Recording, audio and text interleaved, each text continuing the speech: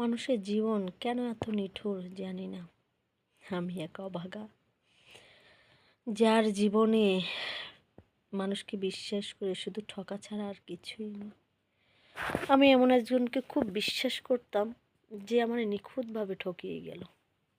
আমি এমন একজনকে খুব জীবনের চাইতেও ভালোবাসতাম, যে আমাকে কোনোদিনই ভালোবাসেনি। আমি এমন একজনের মায়ায় পড়লাম, যে আমাকে কখনো তার মনেই করেনি। তাই আমি যে কি বলবো আর কি ভাববো জানি না। আগে ভাবতাম মানুষ কিভাবে তার প্রিয় মানুষটার সাথে কথা না বলে থাকে, কিন্তু এখন বুঝি পরিস্থিতির শিকার হলেই মানুষ এরকমেরই হয়। তাই আমি এক পরিস্থিতির শিকার, তা আমি কারো কাছে বলতে পারি না। আমি এক অভাগা, যা আমি কারো কাছে বলতেও পারি না। আমি এমন এক কঠিন পর্যায়ে, কঠিন অবদায় আইছি, যে সেখান থেকে জানি না মানুষ ফিরে যেতে পারে কি না।